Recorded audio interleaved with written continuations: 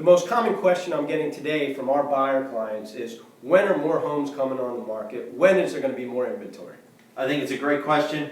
It's hard to predict the future, right? Tell us exactly when. I'll tell you exactly. In 2 weeks, we're talking July 4th now. Look, I think the bottom line is you're going to start to see some of this inventory come on. Spring is generally, there's no secret, spring's usually the best time to get out there and start hunting around. And I hold true to that. What happened this year, though, is you just had a cold winter. The weather wasn't a disaster from a snow standpoint, but it was cold. And so I think it took a little while to sellers for their houses, for the petunias to start popping out of the ground. And so you had more buyers and you had less sellers. And that's starting to balance out now. So as a buyer now, I'm possibly renting or I'm living at home with parents, and I don't want to hang around because I know fall is the second busiest season traditionally.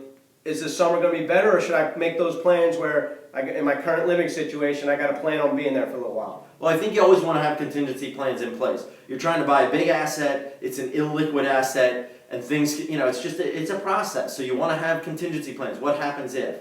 But to answer your question, I do think you're going to see a little bit more inventory start to pop here in the summer. The sellers have been getting the memo from their neighbors, from their friends who have sold multiple bids, whatever. Things seem to be going well from a seller's perspective. So I think you're going to see more sellers hop on the bus. So to sum it up, stay patient, but more inventory is coming.